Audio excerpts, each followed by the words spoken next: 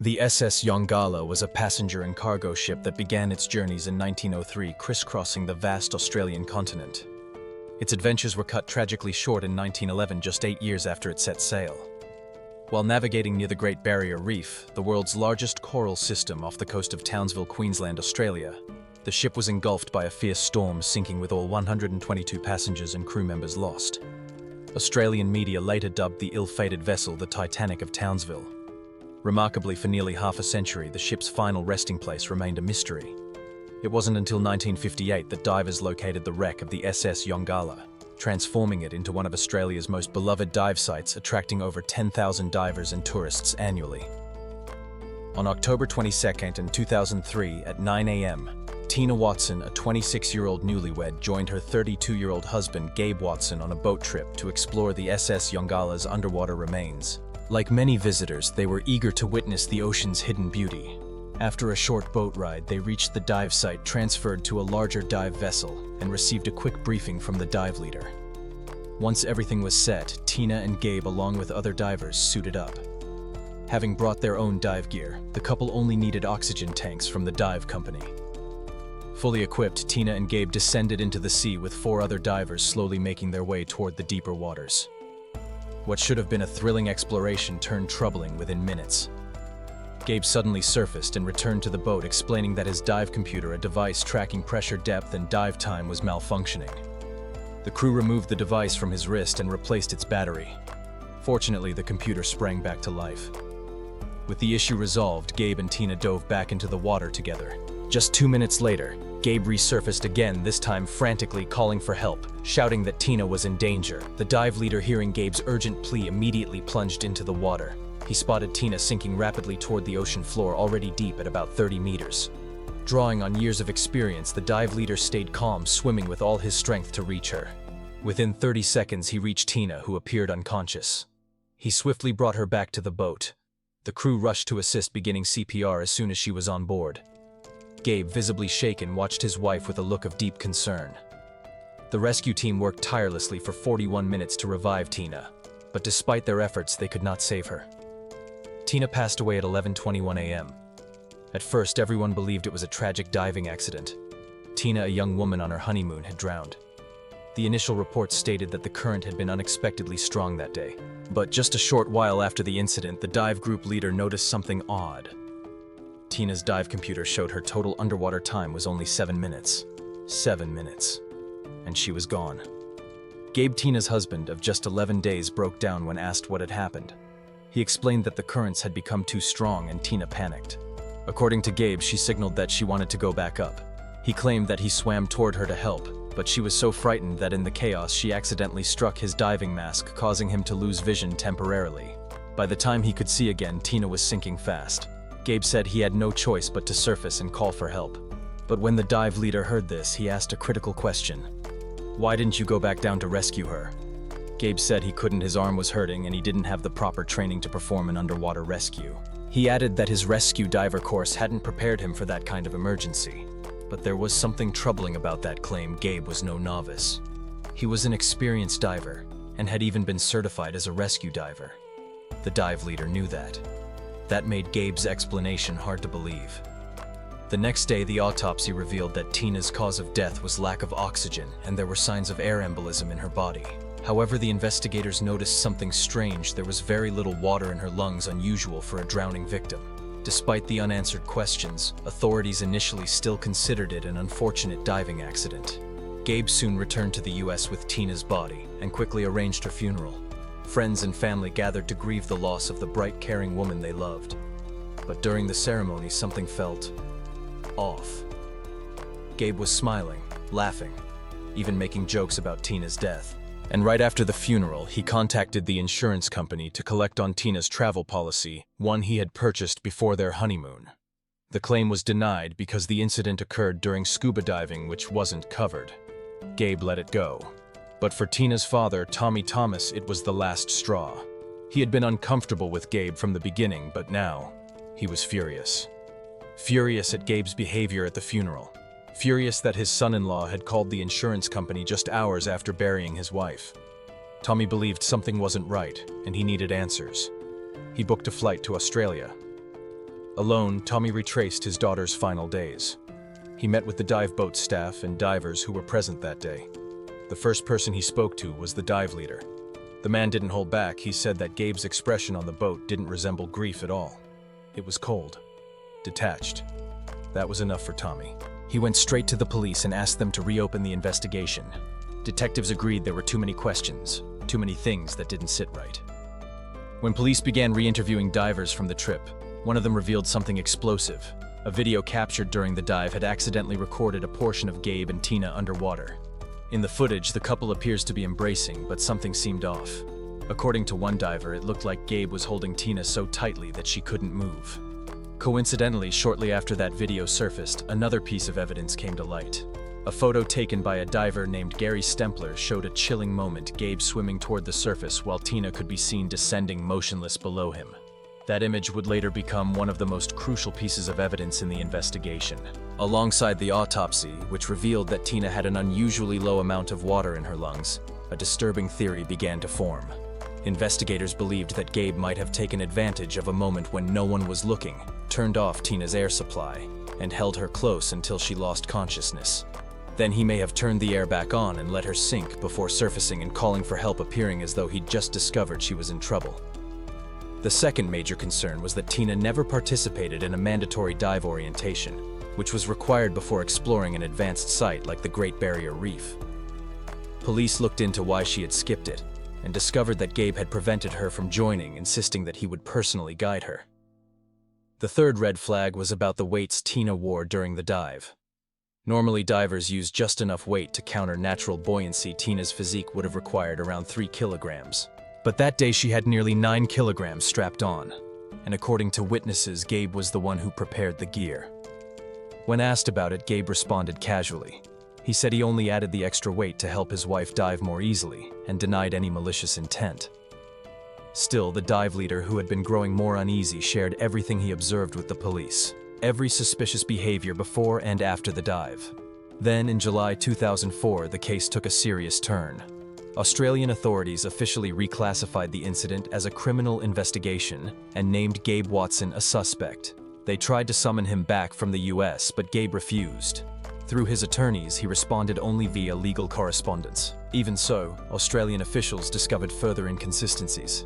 Gabe's written account of the events didn't match the data stored on his dive computer. The government suspected that he had deliberately misled investigators, perhaps to conceal his role in Tina's death. Now the question was no longer whether Gabe was involved, but why? What could drive a newlywed married just 11 days to potentially harm his wife? The answer surfaced soon enough. Tina's father, Tommy Thomas, revealed a conversation he'd had with his daughter just before her honeymoon. She told him that Gabe had recently asked her to increase her life insurance coverage and to name him as the sole beneficiary. With that revelation, police now had a potential motive: financial gain. Australian prosecutors filed official murder charges and once again tried to bring Gabe back for questioning. He still refused, publicly stating that he would never return to Australia. That was the case, until May 2009, 6 years after Tina's death. Under growing legal pressure, Gabe finally agreed to travel back to Australia for formal questioning. And it was then, during that investigation, that the full story of what happened to Tina Watson began to come into focus. Tina was born in West Germany in 1977, but when she was 3, she was adopted by Tommy and Cindy Thomas, a loving couple from Alabama, United States. Despite moving halfway across the world to a new home, Tina adapted quickly. With the endless support of her new parents, she thrived. But her life wasn't without challenges. From a young age, Tina was diagnosed with paroxysmal supraventricular tachycardia (PSVT), a heart condition that can cause sudden episodes of rapid heartbeat fatigue and dizziness. By the time she was in her mid-20s, she had undergone multiple procedures to treat the condition, but symptoms lingered. Still, Tina refused to let her health define who she was. She remained optimistic, took care of herself, and had a deep love for the family's dogs. When it came to school, Tina was determined and hardworking. She earned admission to the University of Alabama, one of the state's top public universities, known for producing standout individuals like Nanine, a senior executive at Google, and Bruce Conner, former president of Coca-Cola. It was there that Tina met her first serious partner, someone her family deeply respected. Their relationship blossomed, and after a period of dating, they got engaged. The engagement ring she wore was a symbol of that beautiful connection. But then, Gabe came into her life. But everything began to change the day Tina met Gabe, a graduate student at the same university. Even though he knew Tina was already engaged, Gabe kept asking her out. He didn't seem to care when she politely declined and made it clear that she was committed to someone else. But Gabe didn't give up. At first, Tina stayed firm in her decision to remain loyal. But after a while, pressure from her family caused her and her fiancé to end the engagement. Gabe didn't waste any time. He pursued Tina more seriously now, and eventually, after weeks of persistence, Tina gave him a chance. And then everything changed. Tina fell deeply in love with Gabe. She talked about him constantly, with her parents calling him a wonderful man, someone she could see herself marrying. At first, her parents were strongly against the relationship. They didn't feel Gabe was right for their daughter. But having already interfered once before, they didn't want to risk hurting her again. Reluctantly, they gave their blessing. Eventually, the family accepted Gabe, and the couple began planning their wedding. Tina and Gabe dreamed of a happy life together, and excitedly made plans for their honeymoon. For them, the honeymoon was just as important as the ceremony itself. They chose Australia as their destination, more specifically the world-famous Great Barrier Reef, a place Tina was thrilled about because of her love for the ocean and diving. But when Tina's parents heard about the plan, they grew concerned. With Tina's heart condition, deep-sea diving was risky, very risky. But Gabe reassured them. He personally visited Tina's parents and confidently told them there was nothing to worry about. He boasted about his diving experience and promised that Tina would be safe with him. To help ease their fears, Gabe enrolled Tina in a scuba class, and she earned her certification just in time for their honeymoon. By then, Gabe had logged over 55 successful dives, while Tina had completed only 5. Then, on September 26, 2003, just 18 days before their wedding, Gabe made a comment that would later raise serious red flags. He suggested Tina increase her life insurance policy and name him as the sole beneficiary. Tina thought it was odd but didn't question it too much. She mentioned it to her father, Tommy, who immediately sensed something was off. He advised her to think carefully, maybe make any big decisions after the honeymoon. On October 11, 2003, Tina and Gabe were married in a joyful ceremony surrounded by loved ones. There were photos, videos, and big smiles. Tina looked radiant. No one could have imagined that less than 2 weeks later, her life would end in a way no one saw coming. After the wedding, the couple traveled to Australia. The first week was spent exploring Sydney. During the second week, they flew to Townsville, where they planned to dive near the Great Barrier Reef. But Tina never made it past the first dive. Just 7 minutes into the water, Tina lost her life, turning what should have been a dream honeymoon into a devastating tragedy.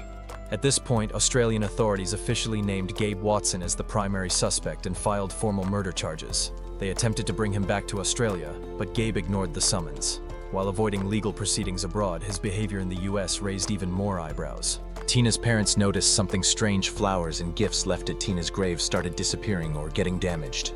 Concerned, they contacted local police, who checked the cemetery's surveillance cameras. What they saw was shocking. Gabe had been repeatedly visiting the grave, removing or destroying the items left by Tina's loved ones, and tossing them into the trash. When questioned, Gabe claimed he was simply cleaning up to keep the area neat. But the court wasn't convinced. A restraining order was issued prohibiting him from going near Tina's grave. Even more surprising, while the investigation was still ongoing, Gabe began dating another woman, Kim Lewis, in 2006, just 3 years after Tina's death. By August 2008, he had proposed and planned to remarry.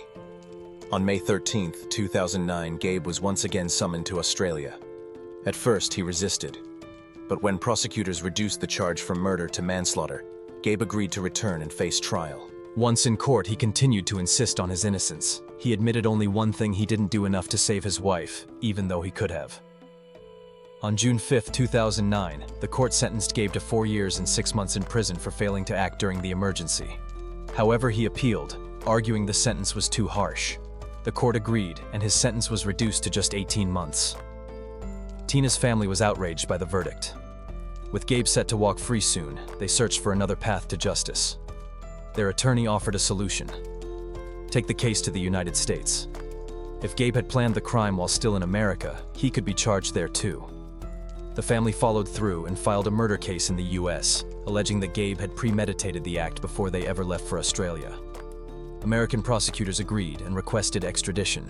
The Australian government responded that Gabe would be handed over only if the US promised not to seek the death penalty in compliance with international law. The state of Alabama accepted, and on November 1, 2010, Gabe was released from prison in Australia after serving his 18-month sentence. Before extradition, Australia once again required a written promise no capital punishment.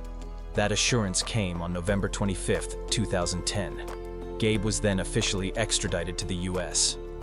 Upon landing, Gabe was arrested and charged with murder.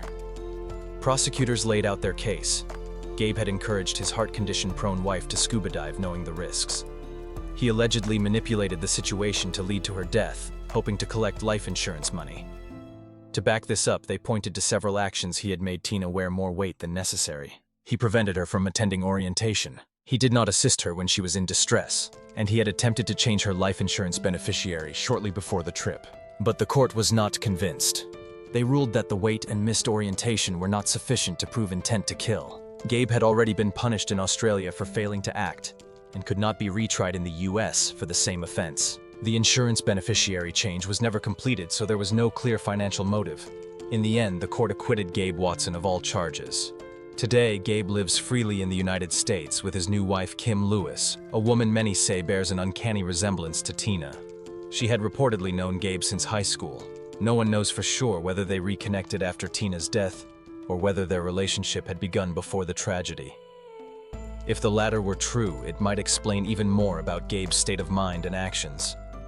But regardless of speculation, the fact remains: Gabe was declared innocent and is now a free man. Meanwhile, Tina's parents, who had raised and loved her as their own, are left with nothing but grief, anger, and a profound sense of injustice, forever mourning the daughter they lost far too soon.